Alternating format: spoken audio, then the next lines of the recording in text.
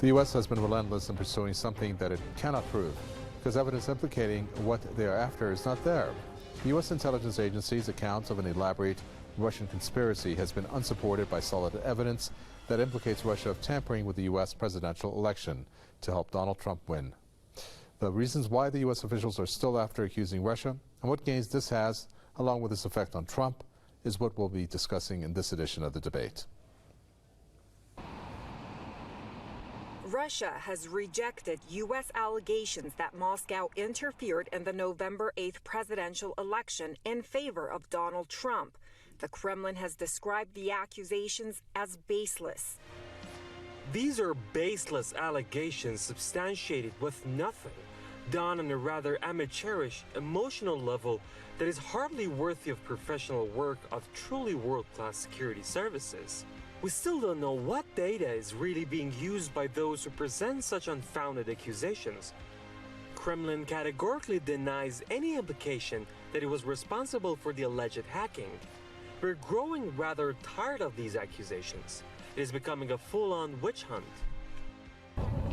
The comments by the Kremlin spokesman are the first official reaction by Moscow to a report released by U.S. intelligence agencies on Friday on the issue. The report accuses Russian President Vladimir Putin of personally ordering a campaign of hacking and media manipulation to append the campaign of former Democratic presidential candidate Hillary Clinton.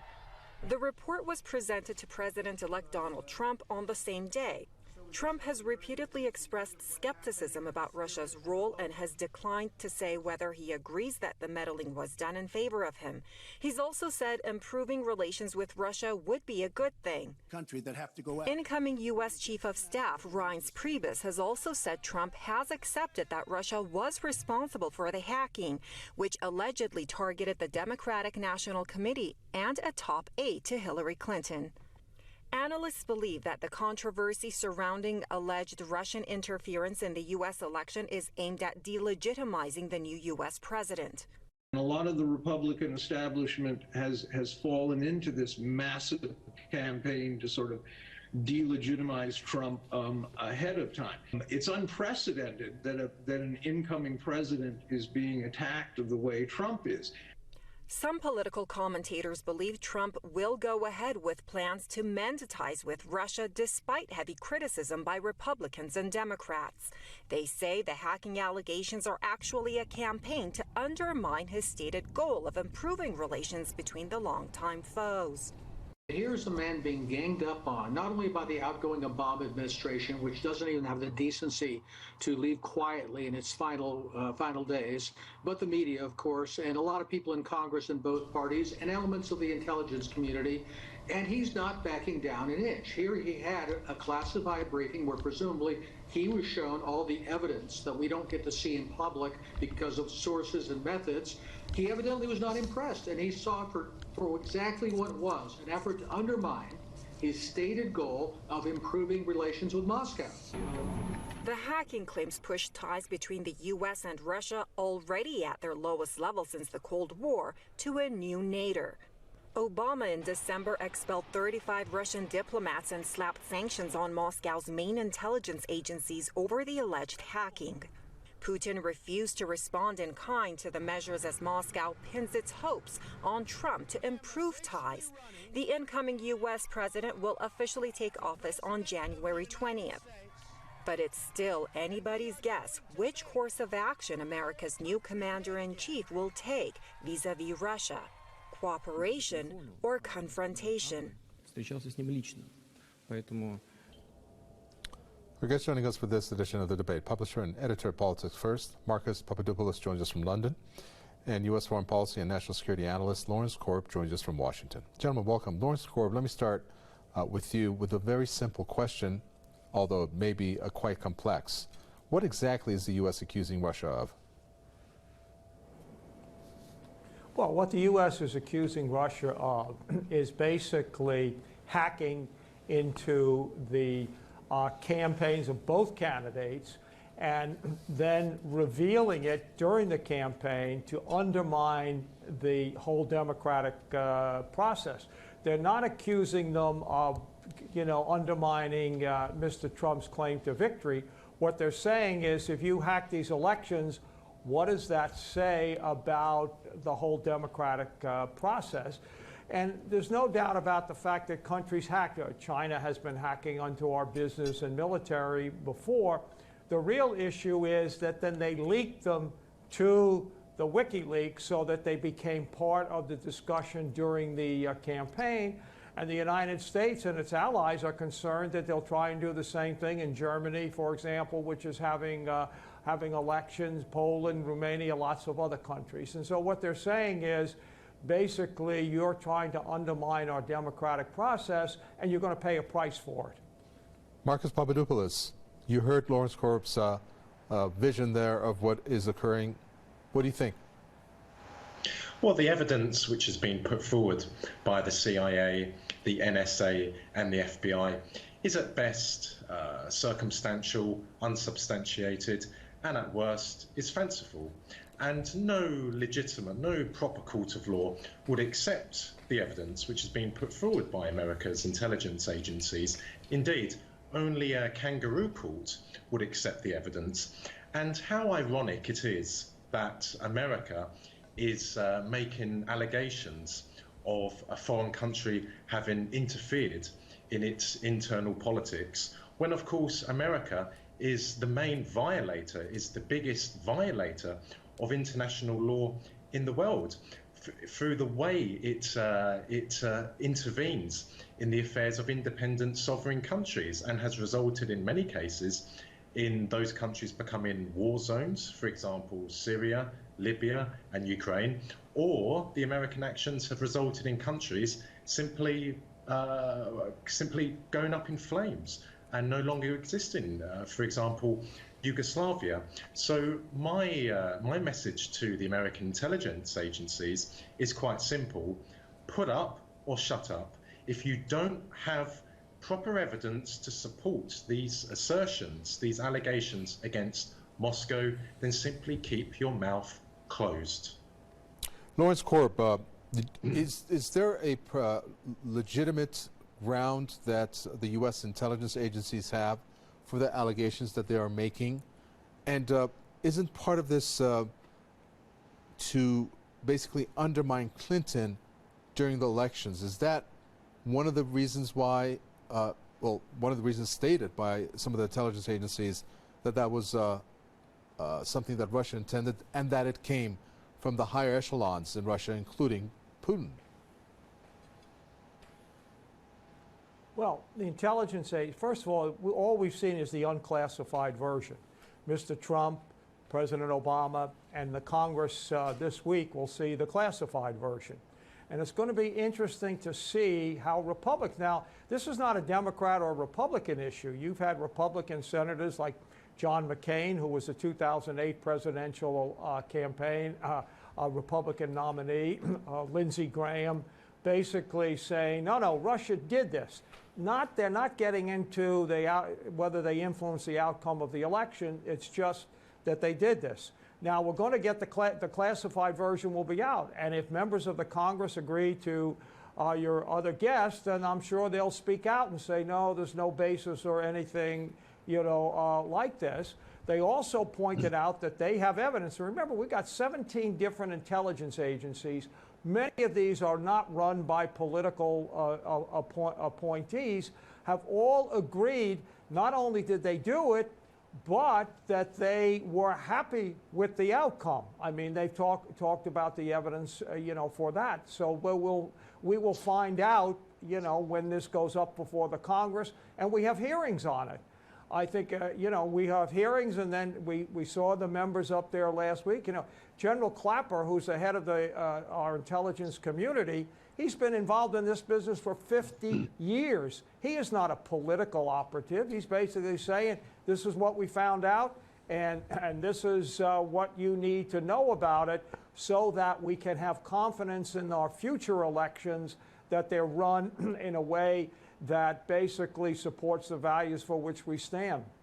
One of the things that Lawrence Korp, I believe you said, and Marcus Papadopoulos would like to ask you, is how Russia has been accused that it had accessed the DNC and also Podesta emails, for example, and slipping them to WikiLeaks for publication. Now, one would think that the National Security Agency would have detected any type of electronic communications of that nature, and obviously to have informed the Clinton camp. So doesn't that, in a sense, weaken, if not erase, the accusations that are being leveled by the U.S. against Russia on this? Yes, I think it does. I would certainly argue that there are serious questions to be asked about why this information wasn't released before. And it certainly does undermine their argument now. We shouldn't be naive. Most of the most powerful countries in the world do engage in hacking. That has become the new form of espionage. However, as I said a few moments ago, the American intelligence services really need to support their allegations with credible evidence. Otherwise, we can all make grand assertions and get away with it. They have to be made accountable. And I would say that it's quite disconcerting, though not entirely surprising, that the Chief of Staff of President-elect Donald Trump has reportedly told Fox News that Donald Trump does accept that, quote, entities in the Russian Federation did interfere in the American presidential elections. So that really does say a lot, potentially, about what American foreign policy will be like under Donald Trump. Lawrence Korb, if you were to examine all the different details and then look at the way that this has been pursued, even though you have, I believe it was John McCain who came out and said that, you know, we're not looking to change the results of the U.S. presidential election. Is there a worry, deep concern on the part of U.S. officials that they are afraid of Trump getting close to Putin, getting close to Russia, and therefore they want to instill this into Trump and his team? No, I don't think that that's a concern at all. And going back to what our colleague in London said, the FBI did tell the Democratic National Committee about this. The message didn't get through the way that it should, that this was in fact occurring.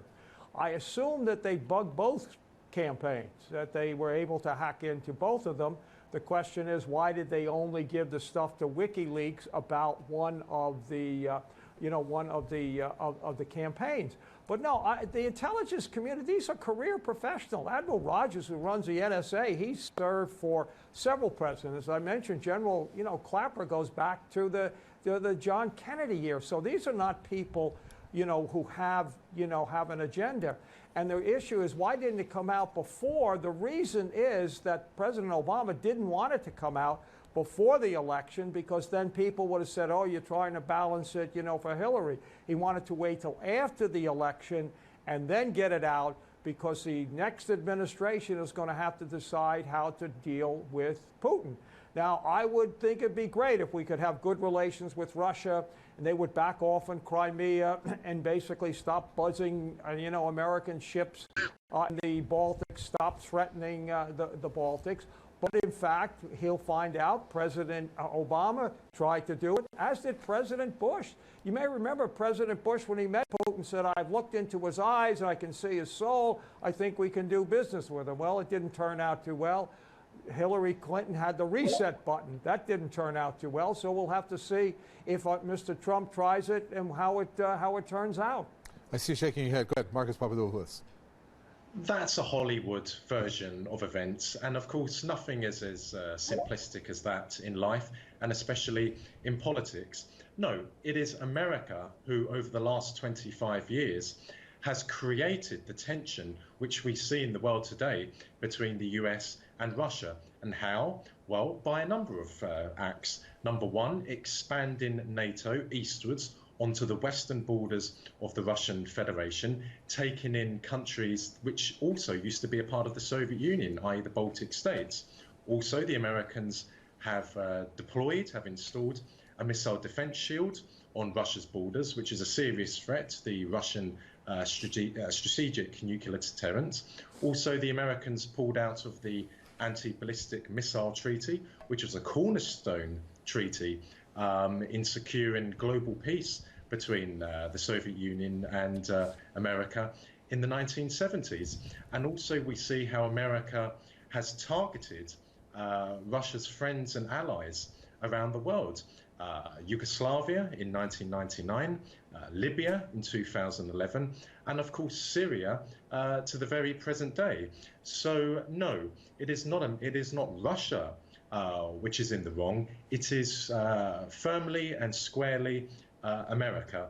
And while Donald Trump has made some statements which in my mind are positive about hoping to repair relations with Russia, he is an unknown quantity, and we mustn't be naive about him. And even if he genuinely is committed to improving relations with the Russian Federation, he's going to come up against an awesome opposition, not just from his own party, not just from Congress, but from the CIA, from the Pentagon, and from the State Department, as well as various lobby groups. So we need to watch this space. We need to see what sort of president Donald Trump is going to be, but no one should be overly optimistic that there's going to be a radical change in American foreign policy towards Russia. Very well. We're going to take a quick time. I'll listen to some of your comments as posted on our Facebook page and return back to the debate.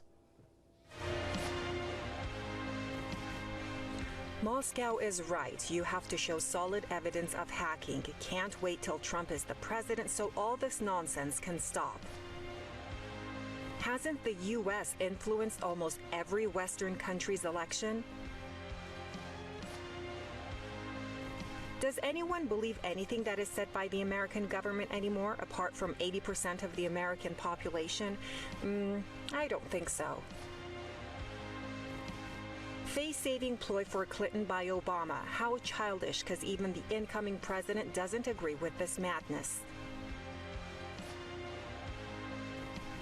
All of these tabloid stuff are for U.S. domestic consumption, and people with room temperature IQ seem to buy them like hot cake.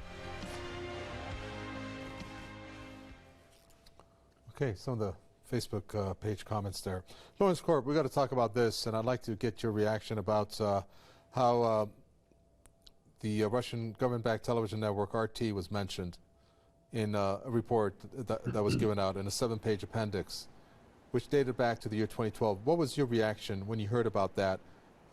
One of the things that it did, it accused the TV station of saying that the U.S. electoral process is undemocratic. And the proof of that was in an article on voting machine vulnerabilities. Well, there's no doubt about the fact that our election system's not perfect. We don't allow people to register who should. The parties, what we call gerrymander the district so that they can keep control. A lot of our technology is 19th century technology when people vote. So we need to improve it. I think there is no evidence that the voting machines, as I understand your question, were compromised at all during this during this election. So.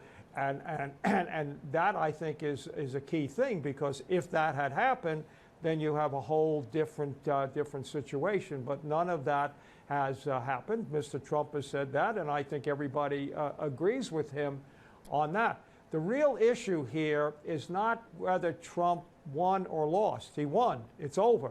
The real issue is, can we protect the integrity of our elections from foreign influence? Because the intelligence community, all 17 agencies, have concluded that Russia did try to influence the election and were pleased with the outcome. And I think that, and my colleague, when this information comes out, the highly classified stuff, they'll go before Congress. We'll learn more and more about it here. And we will make sure that this doesn't happen, because the last thing you want is for people to doubt the election. We'll have another one in 2020. Are people going to be sure that whoever wins or loses, that a foreign power is not tilted the election? Marcus Papadopoulos, quickly running out of time. Maybe our memories need to be refreshed here. based on the U.S. standing coming out making these types of allegations. And I'm looking at the time back in 2013 where NSA's spy hub in Geneva was in the news, and basically Special Collection Services, 80 sites that I'm looking at all over the world, in which one of the ones in Geneva, the U.S. scanned the airwaves for cellular signals, intersecting wireless data packets, and sucking in satellite transmissions. And this was for the UN mission there in Geneva, of which the U.S. was accused of spying, and then we know how other countries the U.S. spied on. Well, spying to use that information in order to maneuver any type of decisions that the UN, I would consider that solid evidence, and this came out. So it does give the U.S. a weak footing, doesn't it? As I said at the beginning of this program, America is the main violator of international law, of the UN Charter in the world. And if a country has, and I emphasize has, interfered in the American presidential elections of last year, then I can't say I would feel sorry for America, and I can't say millions upon millions of people around the world would feel sorry for America, because what goes around comes around. Action, reaction. Look how America attempted to interfere in the Iranian elections in 2009. Look how America has interfered in the internal affairs of Syria and has caused that wonderful, that historic country to go up in flames, resulting in the deaths, perhaps, of hundreds of thousands of people. So there should be no pity, there should be no sympathy shown towards America if a foreign country did interfere in their elections last year. And if I can very quickly pick up on the point about RT, it's preposterous and nonsense that RT is involved in the interfering of American politics. No, the reason why RT is being persecuted by the American political establishment and also by the British political establishment is because RT is exposing the double standards, the hypocrisy and the folly of Western foreign policy, something that the American and British governments didn't have to worry about in the 1990s and in the early 2000s, because of course there was no RT and there was also no press TV then. So that is why RT is being persecuted, and quite frankly I would say this with confidence, that the world is a better place because we have alternative media today, press TV and RT, because the American and British governments are being exposed for being the criminals they are. Very well, we're going to end it there. Publisher and editor of Politics First, Marcus Papadopoulos there, and U.S. Foreign Policy and National Security Analyst Lawrence Korb spoke to us from Washington. Thanks so much for tuning in to another edition of The Debate. When we cover Taiwan, the entire team in the capital, Taiwan, is goodbye.